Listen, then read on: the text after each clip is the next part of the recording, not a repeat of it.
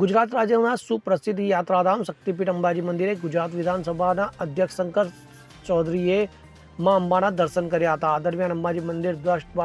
દરમિયાન અંબાજી મંદિર ટ્રસ્ટ દ્વારા ગુજરાત વિધાનસભાના અધ્યક્ષ શંકર ચૌધરીનું ભવ્ય સ્વાગત કરવામાં આવ્યું હતું. વિધાનસભા અધ્યક્ષે માતાજીના ચરણોમાં શીશ નમાવી ધન્યતા અનુભવી હતી. તેમણે રાજ્યના સુખ શાંતિ અને સમૃદ્ધિ માટે પ્રાર્થના કરી હતી. તો મંદિરના ભટ્ટજી મહારાજે શંકરભાઈને તિલક કરી માતાજીની ચુંદડી ઓઢાડી આશીર્વાદ આપ્યા હતા. તો શક્તિ ભક્તિ અને આસ્થાનું ત્રિવેણી સંગમ ગણાતા અંબાજી મંદિરમાં દરરોજ હજારો ભક્તો દર્શન કરવા આવે છે.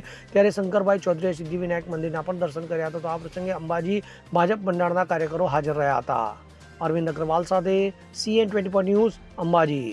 હવે જુઓ દેશ દુનિયાની તમામ ખબરો તમારી આંગળીના ટેરવે. ઉઠાવો મોબાઈલ અને Google Play Store પરથી ડાઉનલોડ કરો અમારી CN24 ન્યૂઝ મોબાઈલ એપ.